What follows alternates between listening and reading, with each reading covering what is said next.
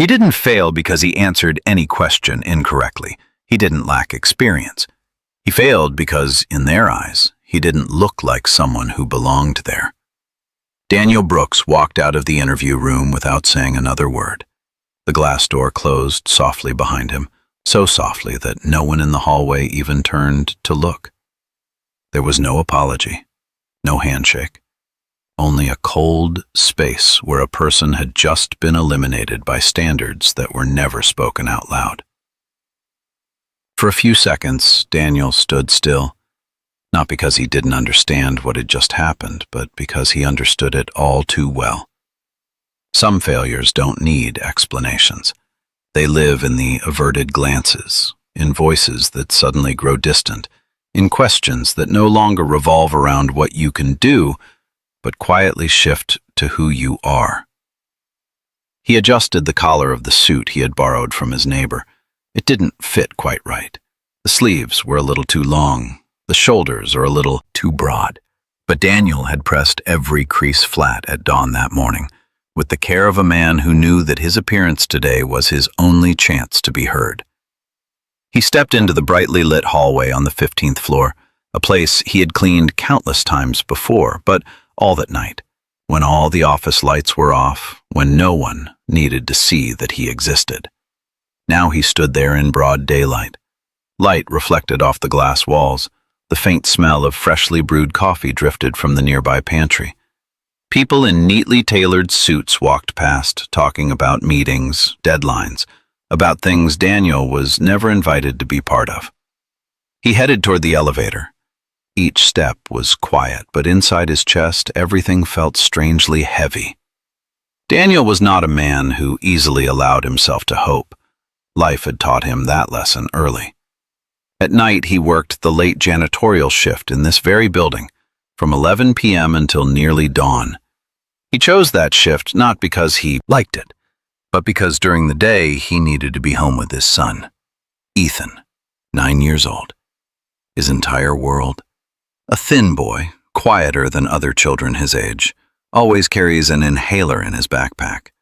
Asthma had followed Ethan since early childhood, and every attack filled Daniel with a fear he could never put into words. 2 months earlier, on a cold, rainy night, Daniel had sat for hours in the emergency room, listening to the steady beep of the heart monitor, watching his son struggle to breathe, praying he could trade places with him. 3 weeks later, the hospital bill arrived. The bold number at the bottom of the page was enough to leave a grown man frozen. Daniel didn't cry. He simply folded the paper, placed it on the kitchen table, and kept living as he always had, because he had no other choice. And then, that job posting appeared. An administrative front desk position, daytime hours, higher pay, health insurance. For a long moment, Daniel stood in front of that notice. His mop leaned against his side. A lifetime of what-ifs came rushing in. He asked himself, what if I try this time?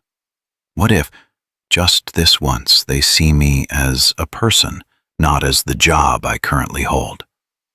And then, the interview concluded in this manner. No noise, no arguments, just a door closing. Daniel stepped into the elevator. The steel doors reflected his face, tired but still holding on to composure. He took a deep breath. At least he hadn't begged.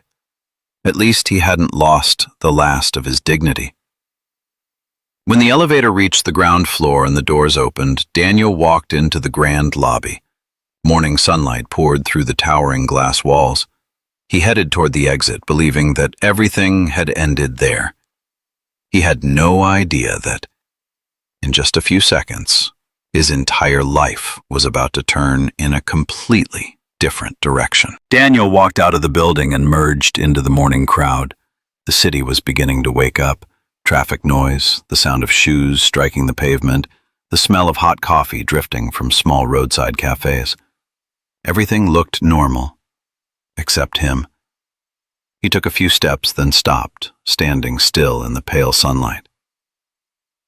There are moments when people don't need to cry to feel exhausted. They only need to stand still and let the weariness wash over them like a slow-moving wave. Daniel had been living like that for years. At night, when the city lights went out, his shift began. Long hallways, trash bins are filled with paper, cold stone floors reflecting fluorescent light. The work was so repetitive that his hands could do it without thinking. He chose the night shift not because he liked the quiet, but because during the day, a boy was waiting for him at home. Ethan always woke up early. The boy had a habit of sitting on a kitchen chair, legs swinging, eating cereal while staring out the window. Every morning, Daniel poured the milk, checked the inhaler in his son's backpack, then bent down to retie Ethan's shoelaces, even though Ethan was already old enough to do it himself. There are things a father does not do because they are necessary, but because they are the only way to remind himself that he still has control over something. Asthma made Ethan more tired than other children. He ran less, complained less.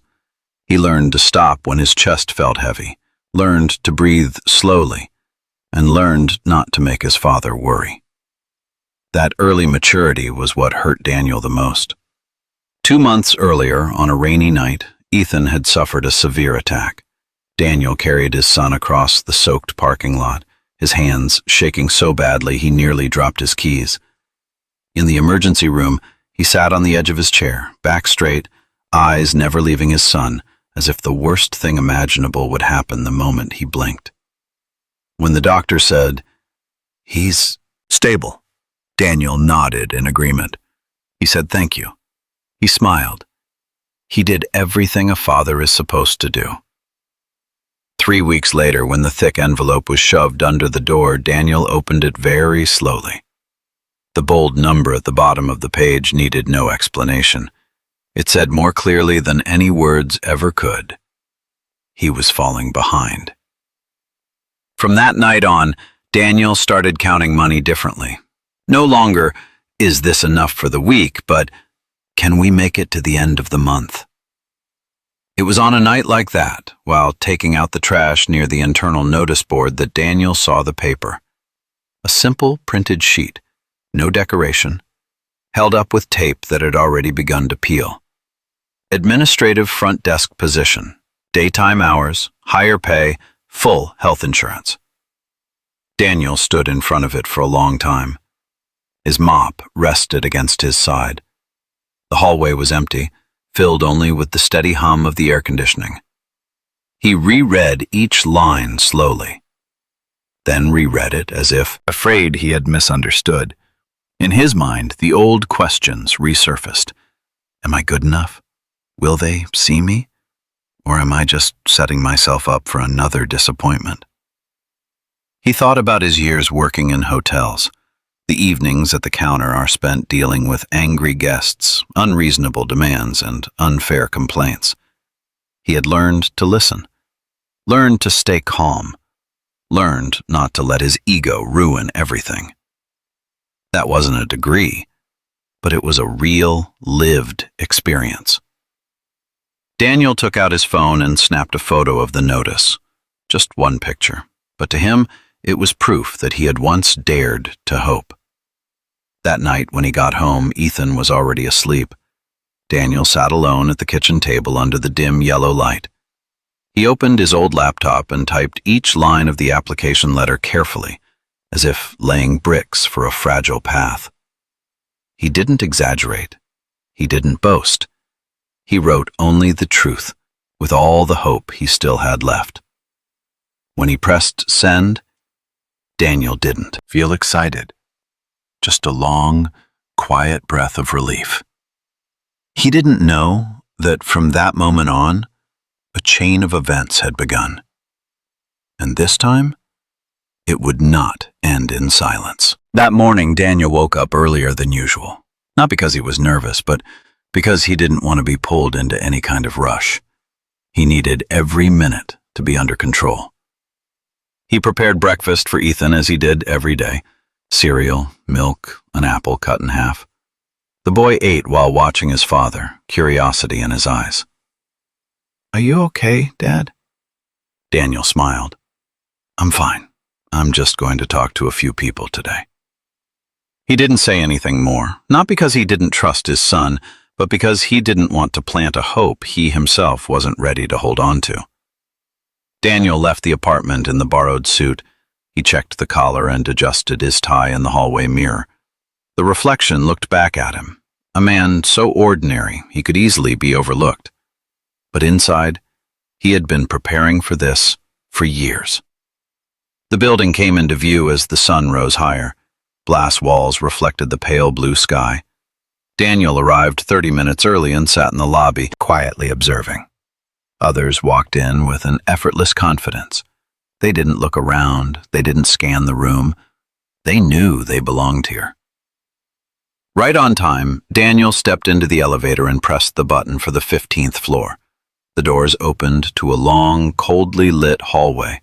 Modern interiors, transparent glass walls, neatly arranged leather chairs. He had cleaned these floors before, but he had never sat here as a candidate. When his name was called, Daniel stood up. He took a deep breath before entering the conference room. 3 people were already waiting. The man in the center, his deep voice and measured handshake, introduced himself as the head of human resources. The person on the left took notes continuously. The one on the right sat with arms crossed, eyes assessing. Daniel sat down, back straight, voice steady. The first questions went smoothly. Hotel experience, handling difficult customers, high-pressure situations. Daniel answered without hesitation, not because he had memorized responses, but because he had lived those situations long enough to speak without embellishment.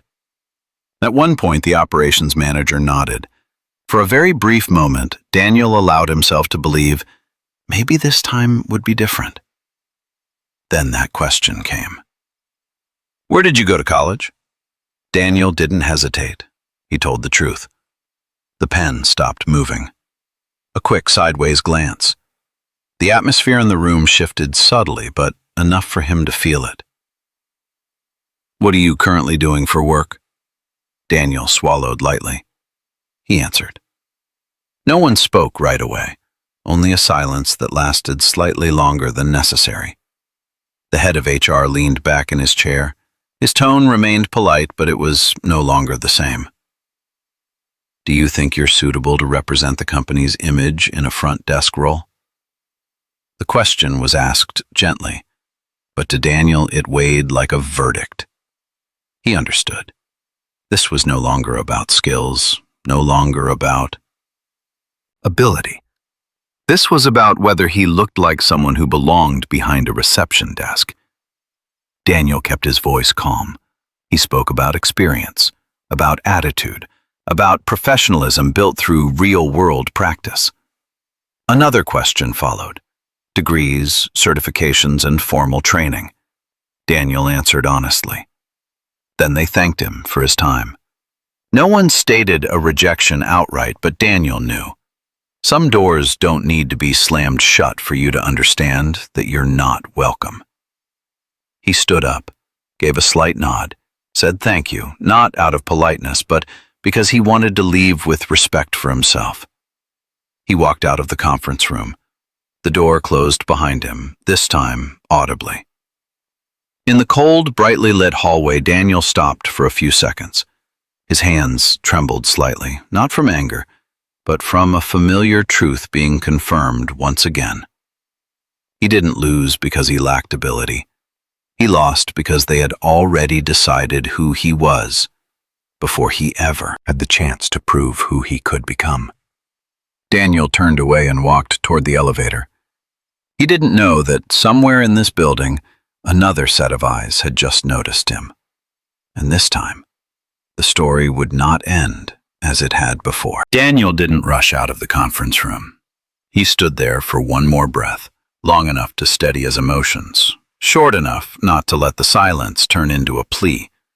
He understood what had just happened. No one needed to say it out loud.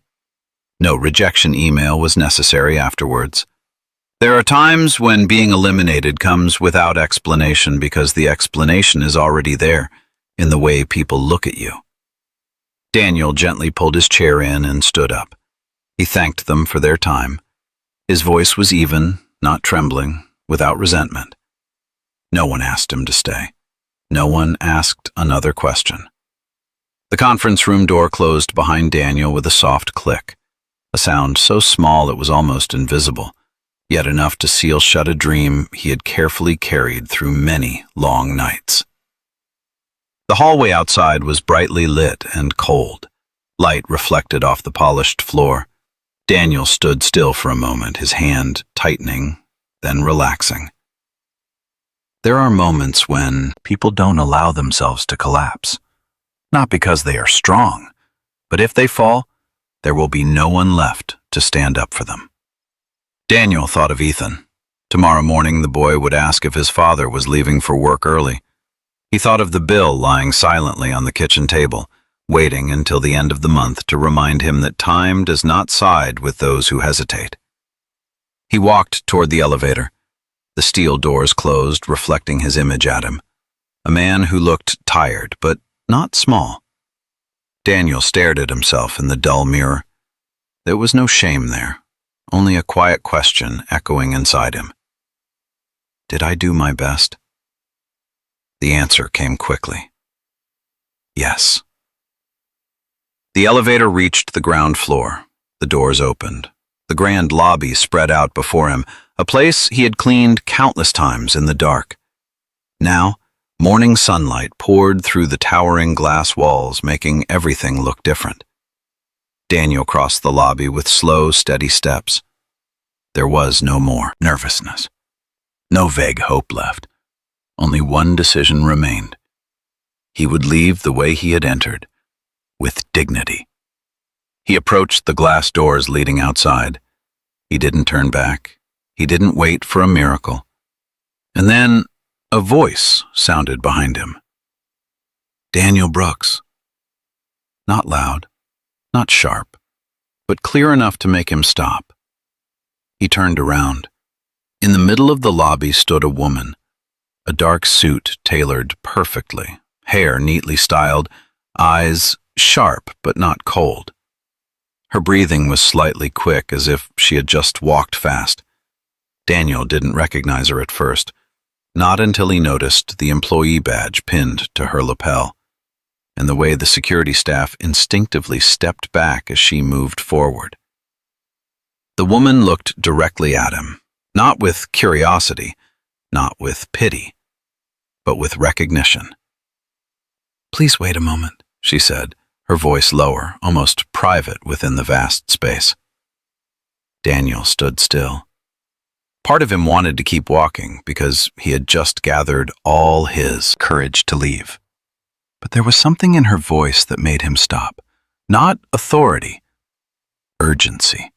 She gestured for him to step aside, away from the flow of passing people. Daniel followed, cautious but compliant. You just came out of an interview, she said, meeting his eyes. And I watched the entire thing. Daniel felt his jaw tighten. Not from anger, however, because he didn't know what to expect next. She continued, slowly. I didn't call you back to apologize on anyone's behalf. I called you back because something wasn't right, and I couldn't ignore it. In that moment, Daniel realized this was no longer an interview, no longer a fragile opportunity. This was a turning point. And for the first time since the conference room door had closed, Daniel felt something in his chest that hadn't gone out after all. Daniel stood still, his hands clasped together, feeling his heartbeat slow. The woman in front of him didn't rush to speak. She let the silence do its work, the kind of silence that leaves no room to hide. Do you know why I recognized you? She asked. Daniel shook his head. He didn't guess. He was too tired to speculate about anything momentous. She took a breath, her eyes never leaving him. 2 months ago, an elderly woman nearly collapsed in this lobby. You were mopping the floor nearby. Daniel remembered immediately. An early morning, a woman whose face had gone pale, her steps unsteady. Nothing he did that day seemed memorable to him. "She's a partner of the company," the woman continued. "A contract worth tens of millions of dollars. Afterwards, she asked for your name." Daniel said nothing. He had helped because it was the right thing to do, not because someone might notice. The woman looked at him for a long moment, then said, "Today, when I reviewed your interview, I recognized that face." A wave of emotion passed through Daniel. Not pride, not relief, just a strange feeling, knowing that what he had done in silence had finally reached the light. "But that's not why I called you back," she continued, her voice lowering. "The reason is that I just witnessed my company reject a human being not because of ability, but because of prejudice." Daniel felt his throat go dry. "Do you think I called you back to grant you a favor?" she asked. He shook his head. "No," he said slowly. "And if that were the case, I wouldn't stay." She nodded. "Then we understand each other." She took out her phone. No hesitation, no asking anyone's permission. "Have human resources come down to the lobby?" "Now." Her voice was calm, but it carried an authority that didn't need to be raised. The call ended. She turned to Daniel. "You can leave right now," she said. "No one would blame you. But if you stay, I want the truth spoken. In front of everyone." Daniel looked toward the glass doors. Sunlight still spilt across the sidewalk outside where he had just been about to walk away. There are moments when people must choose between safety and change. He thought of Ethan, thought of the years he had stayed silent for too long, and he nodded. A few minutes later, the elevator doors opened. 3 people stepped out, the very ones who had sat across from him in the conference room. They looked confused, then froze when they saw the woman standing beside Daniel. "Is something wrong?" the head of HR asked cautiously. "Yes," she replied. "I want you to explain why Daniel Brooks was rejected." No small talk. The man glanced at Daniel, then turned back to her. "The decision was based on standard criteria," he said. "The candidate did not meet the requirements." "Specifically?" she asked. A pause.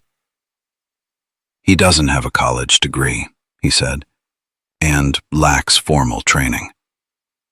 "Does the job description require a college degree?" "No," he admitted.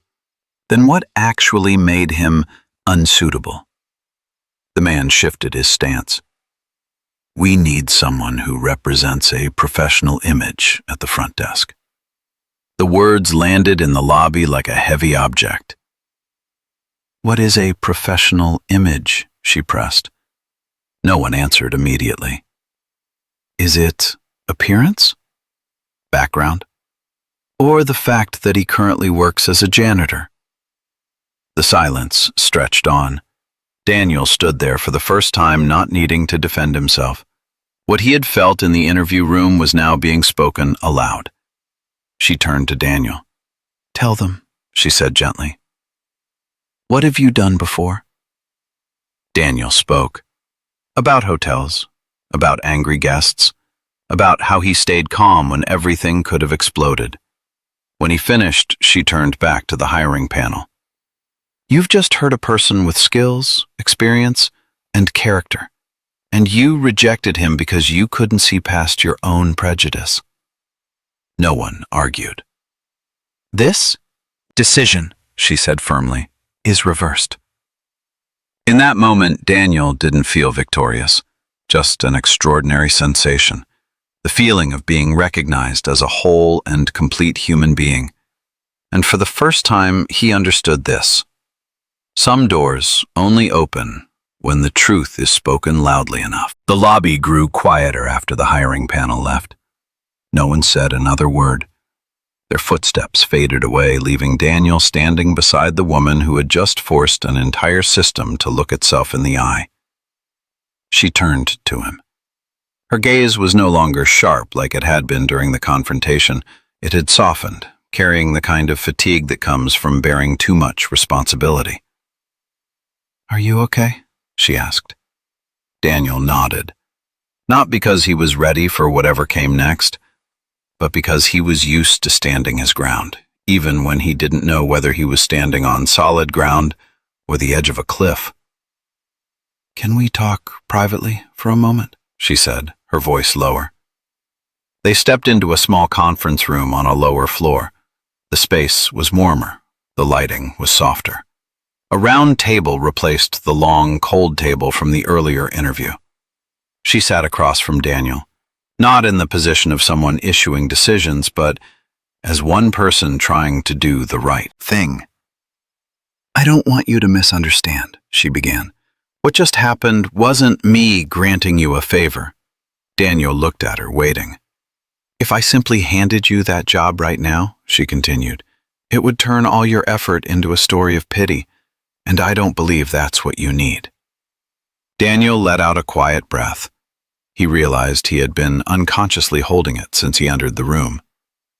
"You've worked your entire life to stand upright," she said. "I won't be the one who makes you bow your head, even out of kindness." She placed both hands on the table and leaned forward. "But I also can't allow my system to keep ignoring people like you." Daniel listened carefully. Not a single word missed. "This is what I'm proposing," she said. "Not a special favor, not an exception. A 2-month training program, paid twice what he was currently earning. Full health insurance for him and his son starting on day 1. Training alongside the customer service and front desk teams, just like anyone else. At the end of the 2 months," she said slowly, "you'll be evaluated based on your performance. If you meet the standard, the front desk position will be yours. No empty promises, no vague guarantees. Just one thing: a fair chance." Daniel leaned back in his chair. He didn't answer right away. In his mind, familiar images surfaced. Ethan is sitting at the kitchen table counting each breath. The hospital bill lay neatly placed, yet unbearably heavy. The long nights mopping floors in silence. He also thought of something else. The looks on the faces of those who had just been forced to admit their mistake. The cost of stepping back into a place that had once refused him. "You don't owe me an answer right now," she said. "You can leave. No one will blame you if you don't want to come back." Daniel looked down at his hands. Hands accustomed to mops, to cold buckets of water, to nameless work. "There's one thing I need to ask," he said, his voice low but clear. "Yes?" "What if I fail?" She didn't avoid the question. "Then you fail," she said, "like anyone else. But at least you'll know you didn't lose because you were judged unfairly." Daniel nodded. In that moment, he understood the most important thing. He wasn't accepting this opportunity because of the money, though he desperately needed it. He was accepting it because, for the first time, someone wasn't asking where he came from. They were asking him, "How far can you go?" "I'll do it," Daniel said. Not loudly, not dramatically, just a decision made after many years of silence. The woman smiled softly for the first time since they met. "Then," she said, standing and extending her hand, "we begin again. The right way." Daniel shook her hand, a handshake that didn't signify victory, but the beginning of a journey where he no longer had to ask permission to be trusted. On the first morning of the training program, Daniel arrived 15 minutes early. A habit formed from years of working night shifts made it impossible for him to be late, because to him, arriving late always felt like asking for forgiveness one more time. The training room was on the 10th floor, clear glass doors. Inside, white lights, neatly arranged tables and chairs, and the faint scent of freshly brewed coffee. Daniel stepped in and nodded in greeting to those already there. The other 4 participants were all younger than him. Crisp shirts, name tags clearly listing degrees and universities. No one was unfriendly, but no one started a conversation either.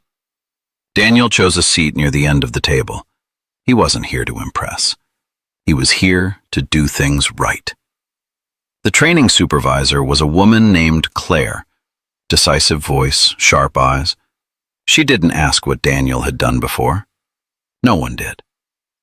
"Here," Claire said, looking around the room. "There is no past, only how you handle situations right now." Daniel heard that sentence and felt a very familiar pressure. The pressure of places that do not allow mistakes. The first week focused on communication. Simulated scenarios came one after another. Angry clients, impatient clients, clients demanding the impossible.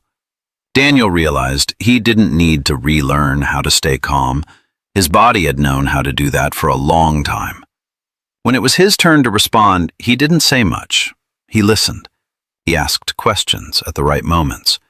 He chose his words carefully, not to appease others, but to keep situations from spiraling out of control.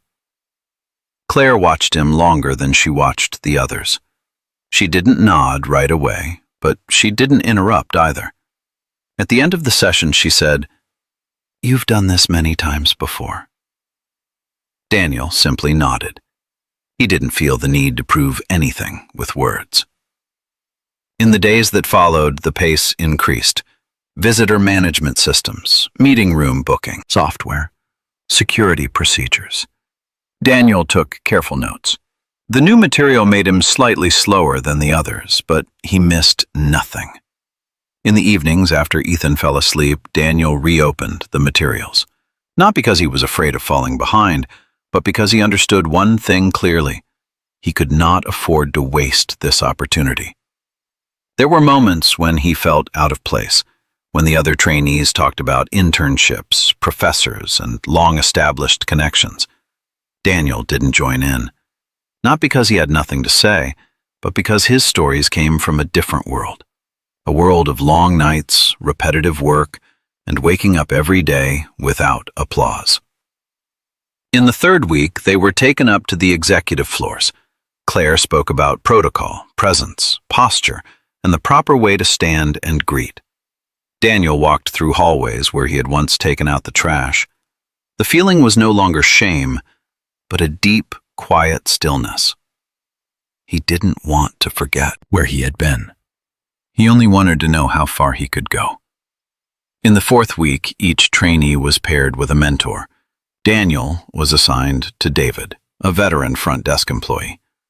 David didn't ask Daniel why he was there. He only said, "Let's do the work well."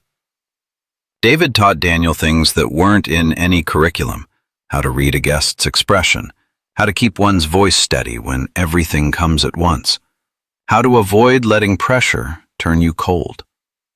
Daniel learned quickly, not because he was smarter, but because he had lived under pressure long enough not to be rattled by it. 2 months passed quickly.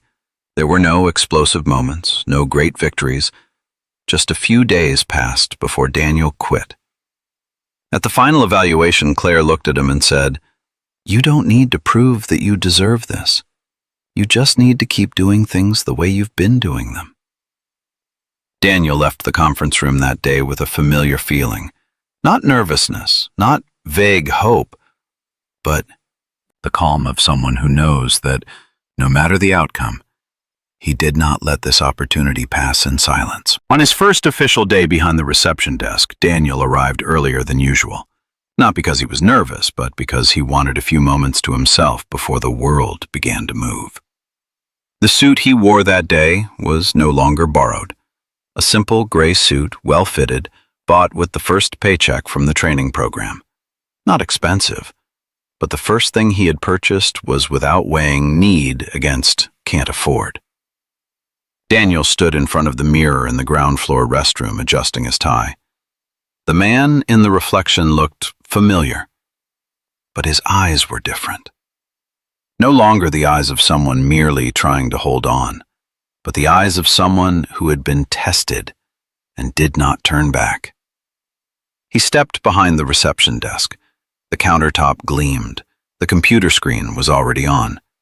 Familiar procedures appeared, no longer something he had to feel his way through.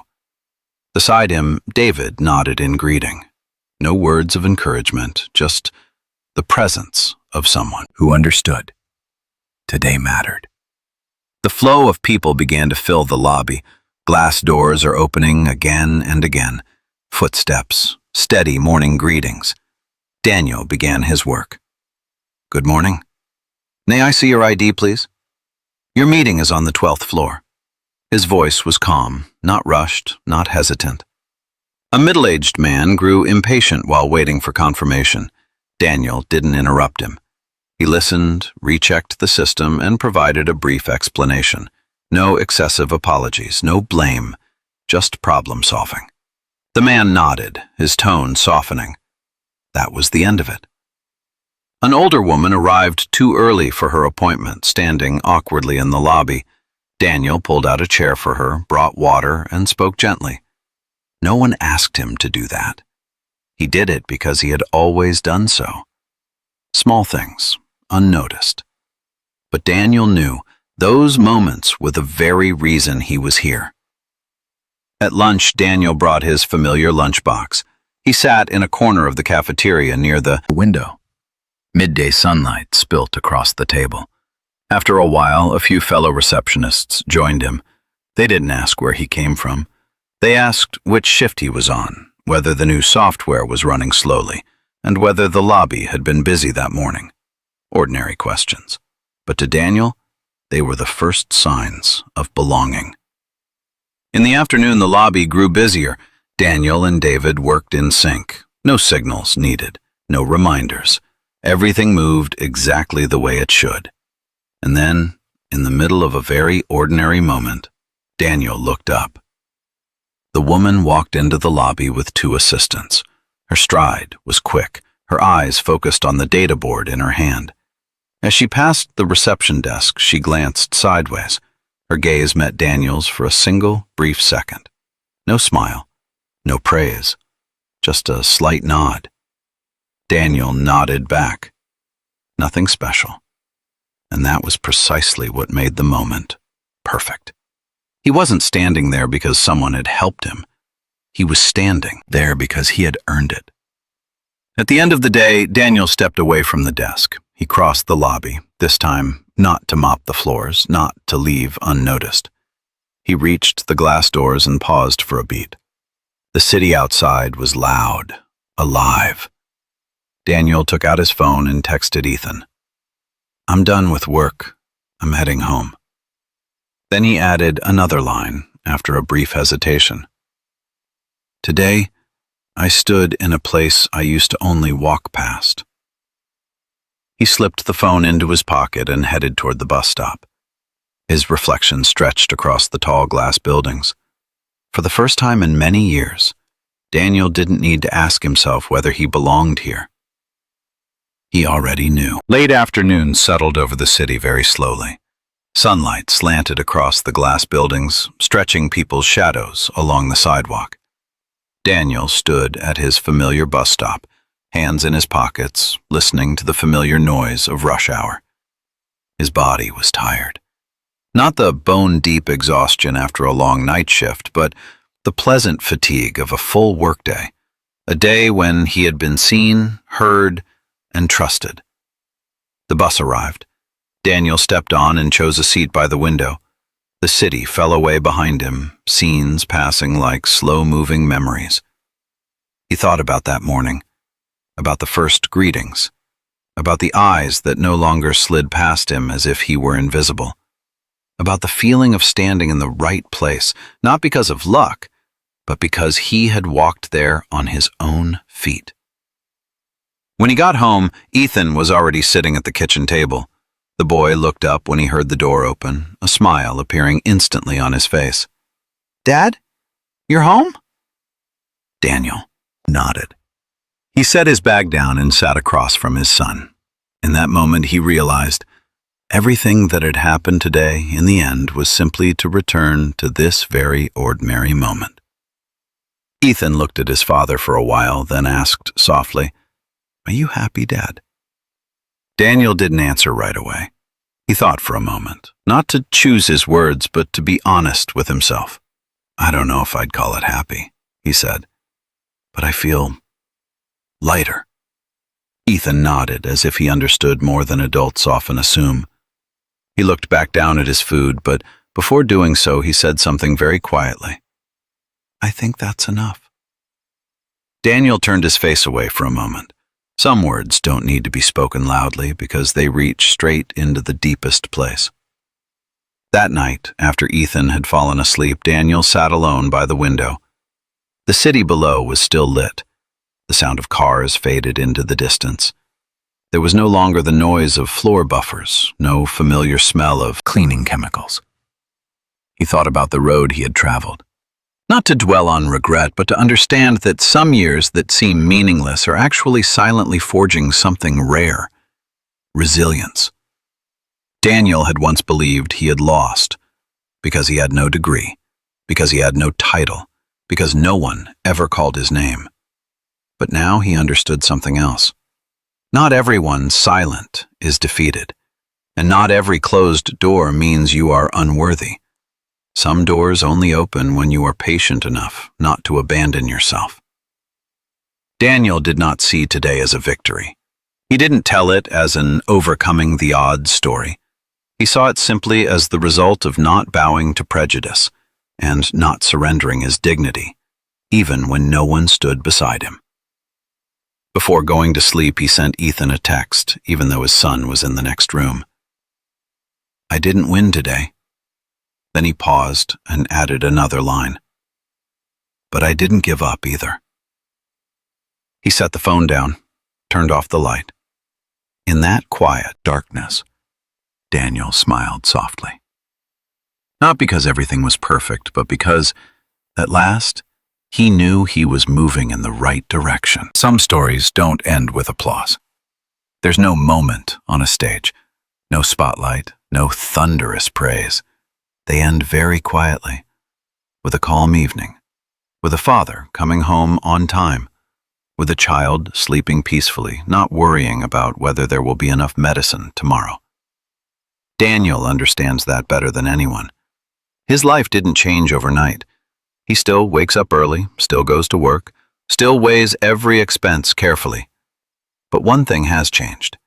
He no longer feels like he's standing outside other people's lives. For a very long time, Daniel believed he had been left behind.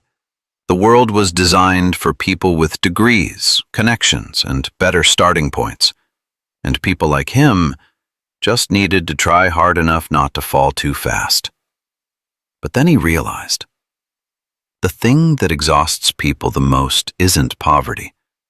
It's not being seen, not being named, not being listened to, not being trusted, even after doing everything right within your means. Daniel once scrubbed floors in silence, stood behind glass doors unnoticed, was judged by a single line on a resume, a current job title, an unspoken prejudice. And he could have walked away. He could have accepted that this was his limit. But he didn't. He didn't protest loudly. He didn't try to prove himself by raising his voice. He simply didn't bow his head. And sometimes, that alone is what keeps a person from disappearing. Daniel doesn't see his story as a victory. He doesn't believe in fairy tale endings. He believes only this: when a person is given a fair chance, the best parts of them will find their own way out. You might be watching this story in a small room after a long day with the feeling that you've tried very hard, but no one has noticed. If so, remember this: you're not slow. You may simply not have been seen the right way yet. Not every closed door means you're not good enough. Sometimes it just means that the place wasn't worthy of you. Daniel didn't need to be saved. He only needed a glance fair enough to see who he truly was. And when that happened, he didn't rise above others. He simply stepped into the place that had always been meant for him. Life is full of quiet stories, quiet people, efforts that aren't recognized immediately. Deep Life Tales was created to tell exactly those stories. If Daniel's story made you pause for a moment, please help spread its value. Please share it with someone you can trust.